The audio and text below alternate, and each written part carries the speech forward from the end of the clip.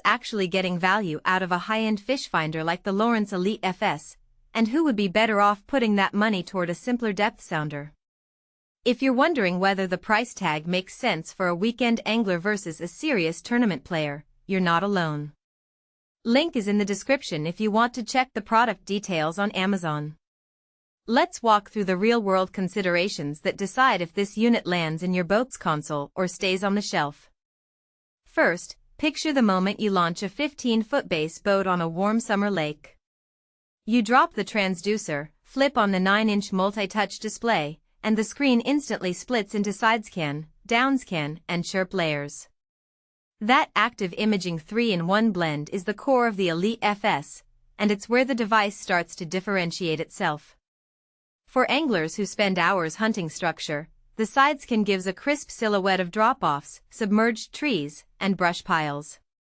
The downscan adds a bright, near-field view that lets you see fish directly beneath the boat, while chirp sweeps a wide frequency range to pull out weak targets that a basic sonar would miss. In practice, that means you can spot a school of bass hiding under a fallen log, then zoom in with the downscan to confirm they're feeding. If you're the type who likes to drop a jig right over a clear structure and watch the fish line up, that layered imaging is a genuine time saver. Now, let's talk about the Ghost 360 Nosecone. It's a small, forward-facing transducer that projects a 360-degree view around the bow.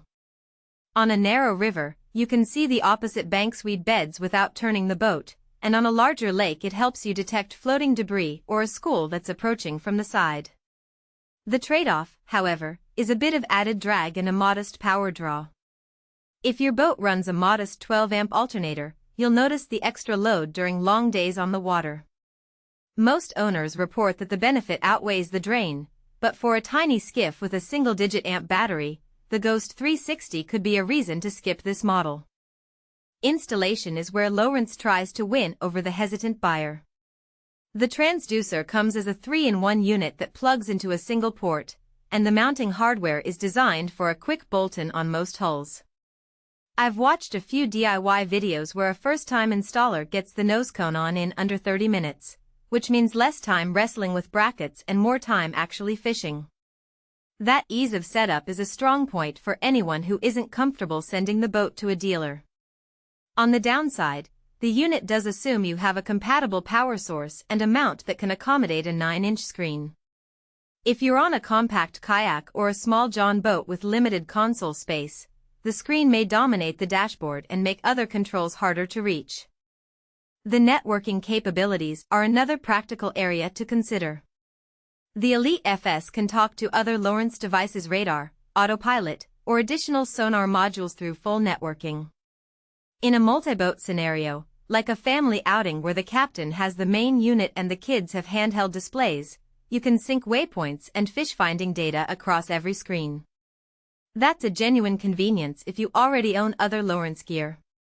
If you're starting from scratch, you'll likely never tap that feature, so it adds cost without immediate benefit. One of the biggest selling points for many anglers is the preloaded CMAP Contour Plus charts. Those charts give you depth contours, water features, and even fishing hotspots for many popular lakes and coastal areas.